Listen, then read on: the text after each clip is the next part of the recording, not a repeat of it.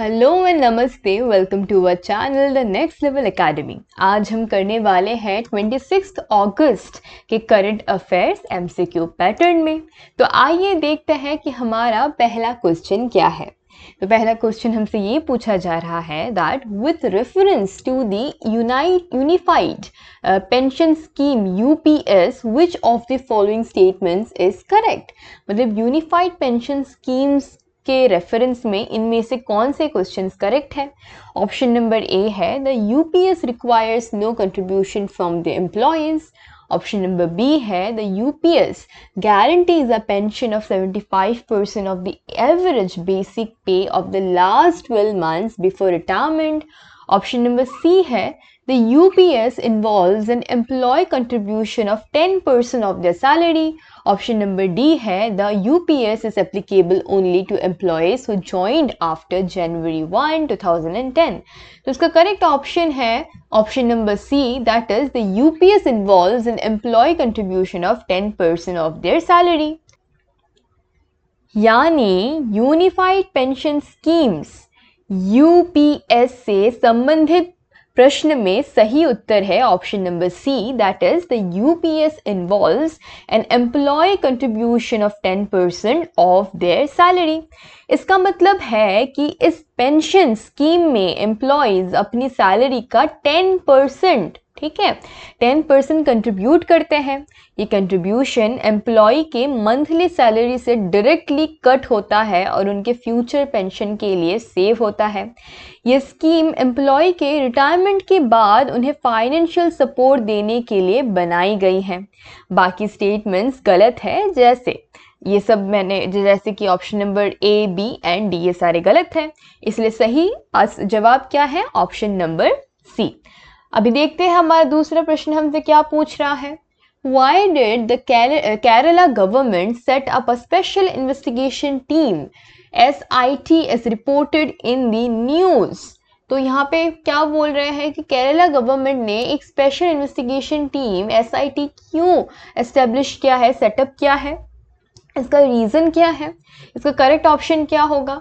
इसका correct option होगा आपका option number B, to probe sexual harassment allegations in the Malayalam film industry.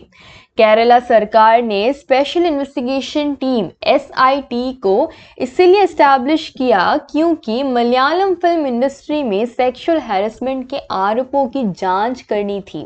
ये SIT इस मामले की गहराई से जांच करेगी ताकि सच्चाई सामने आ सके और अगर ज़रूरी हो तो कानूनी कार्रवाई की जा सके। इस मामले में कुछ बड़े एक्टर्स और इंडस्ट्री के मेंबर्स पर सेक्सुअल हैरेसमेंट के आरोप लगे हैं जो कि बहुत सीरियस एक्यूजेशंस है। ओके, इसीलिए सरकार ने ये SIT बनाए ताकि इम्पार्शियल और थॉरो इन्वेस्टिगेशंस हो सके और विक्टिम को इंसाफ मिल सके। तो सही जवाब है option number B, that is to probe sexual harassment allegations in the Malayalam film industry. आइए अब देखते हैं कि हमारा तीसरा क्वेश्चन हमसे क्या पूछ रहा है। According to the document, what is the main concern raised by the National Conference NC regarding the PDP in Jammu and Kashmir? तो इसका करेक्ट ऑप्शन क्या होगा। इसका करेक्ट ऑप्शन होगा option number B, that is PDP copying NC's election manifesto.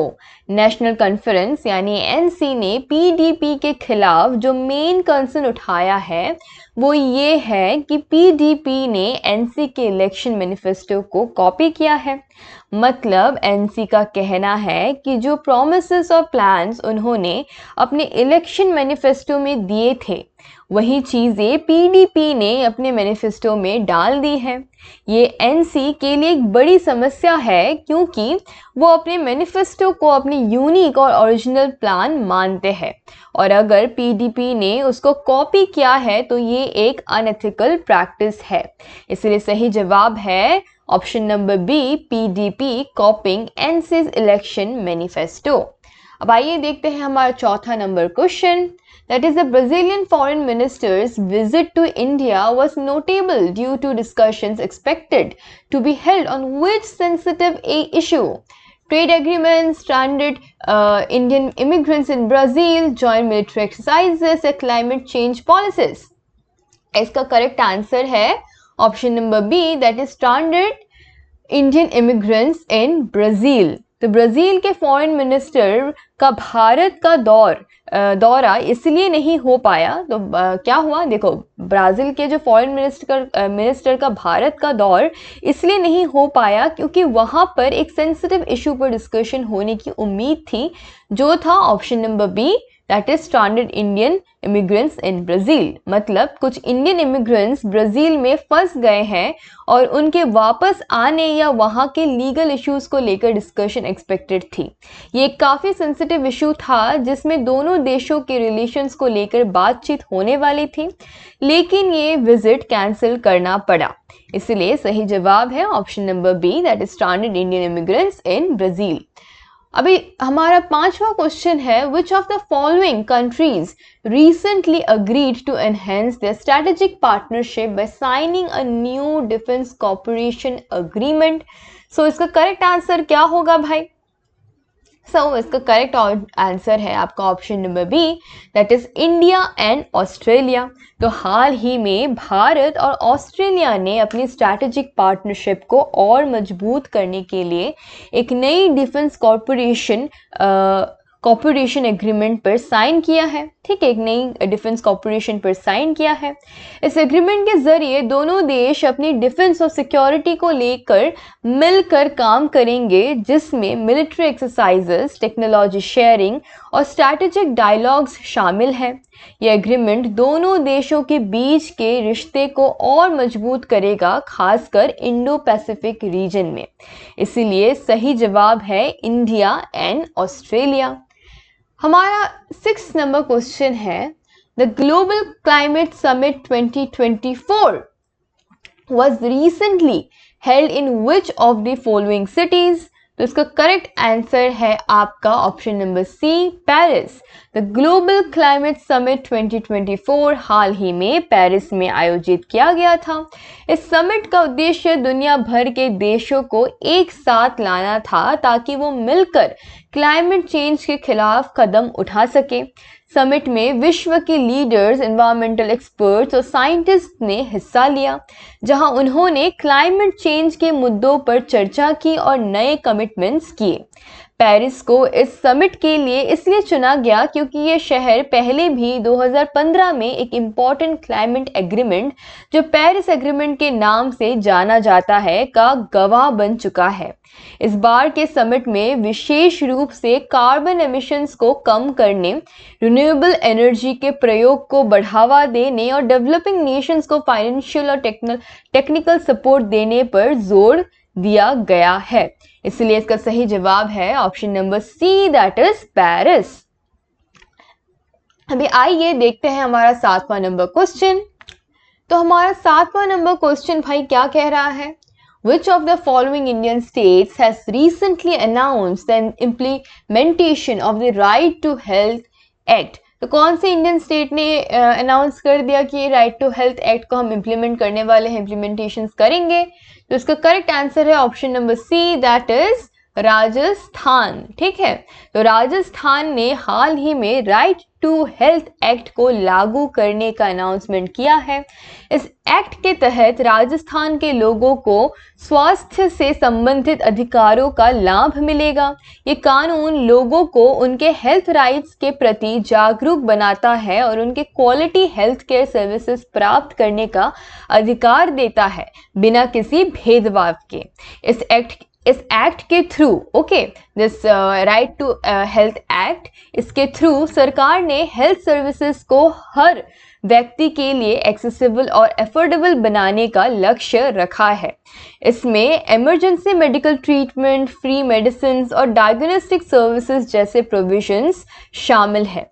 इस announcement से राजस्थान पूरे देश में पहला राज्य बन गया है जहां ये कानून लागू किया गया है और इससे स्वास्थ्य के क्षेत्र में एक महत्वपूर्ण कदम माना जाता है। इसलिए सही जवाब है राजस्थान। ठीक है, अभी हमारा 8वां नंबर क्वेश्चन हम देखते हैं। तो ये पूछा जा रहा है, द गगनयान मिशन, ठीक है, the Gaganyaan mission scheduled to be launched in 2024 is related to which of the following which of the following जहाँ पे जो ऑप्शंस है इसमें से कौन सा आपके करेक्ट है? तो India's first solar mission, India's first man mission to space, India's first Mars landing mission या India's first deep sea exploration mission. तो देखो ये सारे मिशन कहीं ना कहीं हो तो रहे हैं, बट गगनयान का आपका जो रिलेटेड जो है वो है ये ऑप्शन नंबर बी से है, India's first man mission to space, option number B. ठीक है, तो गगनयान मिशन जो 2024 में लॉन्च होने वाला है, भारत का पहला मैन्ड मिशन है जिसमें देश के एस्ट्रोनॉट्स को स्पेस में भेजने की योजना है। इस मिशन के तहत भारत अपने एस्ट्रोनॉट्स को अपने स्पेस क्राफ्ट के जरिए अंतरिक्ष में भेजेगा और भारत के स्पेस एक्सप्लोरेशन के क्षेत्र में एक महत्वपूर्ण माइलस्टोन होगा। ये mission ISRO you all know right, Indian space research organisation के द्वारा कंडक्ट किया जा रहा है और इसका एम है कि भारत को उन देशों की लिस्ट में शामिल किया जाए जिन्होंने अपने एस्ट्रोनॉट्स को स्पेस में भेजा है। इस मिशन के जरिए भारत अपने स्पेस टेक्नोलॉजी और कैपेबिलिटीज को दिखाएगा और एक नई ऊंचाइयों को छुएगा। इसीलिए सही जवाब है India's first man mission to space. Now question number 9 देखते हैं। Which country has recently surpassed Japan to become the world's third largest economy? तो इसका करेक्ट आंसर है none other than option number A, हमारा प्यारा देश भारत, इंडिया। हाल ही में भारत ने जापान को पीछे छोड़कर दुनिया की तीसरी सबसे बड़ी इकोनॉमी बनने का दर्जा हासिल किया है। ये माइलस्टोन भारत के लिए एक बहुत बड़ा अचीवमेंट है और इसीलिए इससे भारत की अर्थव्यवस्था के तेज विकास को दर्शाता है। पिछले कुछ सालों में भारत ने अपने इकोनॉमिक रिफॉर्म्स, इंफ्रास्ट्रक्चर डेवलपमेंट और डिजिटल इकोनॉमी में नए कदम उठाए हैं जिससे जीडीपी में लगातार वृद्धि हुई है। भारत की पॉपुलेशन भी इस वृद्धि में एक महत्वपूर्ण भूमिका निभाती है क्योंकि यहाँ का मार्केट बड़ा और डायनामिक है।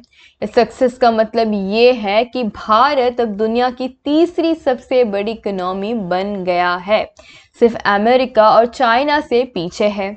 ये अकॉम्प्लिशमेंट भारत के ग्लोबल इकोनॉमिक इन्फ्लुएंस को भी बढ़ाता है और देश के लिए नए इन्वेस्टमेंट अपॉर्चुनिटीज़ को और इंटरनेशनल पार्टनरशिप्स के रास्ते खोलते हैं। इसलिए सही जवाब है इंडिया, ऑप्शन नंबर ए। तो आइए देखते हैं हमारा आखिरी question, that is which of the following is the name of the recently launched Indo-Pacific Economic Framework for Prosperity IPEF initiative? तो इसका करेक्ट आंसर क्या है भाई? इसका करेक्ट आंसर है option number B, blue dot network. So Indo Pacific economic framework for prosperity that is IPEF initiative को हाल ही में लॉन्च किया गया है, ठीक है, जिससे ब्लू डॉट नेटवर्क के नाम से भी जाना जाता है। ये इनिशिएटिव का मेन उद्देश्य इंडो पैसिफिक रीजन में इंफ्रास्ट्रक्चर डेवलपमेंट और इकोनॉमिक ग्रोथ को बढ़ावा देना है। इस फ्रेमवर्क के जरिए पार्टिसिपेटिंग कंट्रीज मिलकर हाई क्वालिटी इंफ्रास्ट्रक्चर प्रोजेक्ट्स को प्रमोट करेंगे जो कि इकोनॉमिक प्रॉस्पेरिटी के लिए बहुत ज़रूरी है। ब्लू डॉट नेटवर्क के तहत देशों को इंफ्रास्ट्रक्चर प्रोजेक्ट्स के लिए एक सर्टिफिकेशन मिलेगा जिससे इंश्योर किया जाएगा कि वो प्रोजेक्ट ट्रांसपेरेंट, सस्टेनेबल और ग्लोबल स्टैंडर्ड्स के मुताबिक है। इस इनिशिएटिव का main focus infrastructure, financing, trade facilitation, digital economy और क्लीन एनर्जी जैसे एरियाज पर होगा।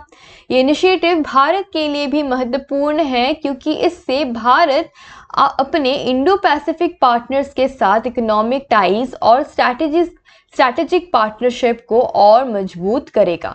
इससे रीजनल स्टेबिलिटी और इकोनॉमिक रेजिलियंस भी बढ़ेगी जो कि भारत के लिए और पूरे इंडो पैसिफिक रीजन के लिए फ़ायदेमंद है।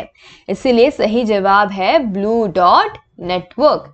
So guys that's it for today. आज के लिए बस इतना ही था। आई होप आपको समझ आया होगा। कुछ नहीं समझ आया तो सी द कमेंट बॉक्स जो है कमेंट बॉक्स, ठीक है, कमेंट बॉक्स आपका हमेशा खुला रहता है, तो जाके भर के कमेंट कीजिए, कुछ भी समझ नहीं आता है, फीडबैक देना है, क्रिटिसिज्म देना है, you are free to do it, okay. Also like the video अगर यहाँ तक देखा है तो, and share it with your friends, please share it with your friends, उनका भलाई करो, अच्छा कुछ करो या ना करो, ये अच्छा काम कर दो। And also subscribe to our channel and press the bell icon. Thank you for watching, God bless you.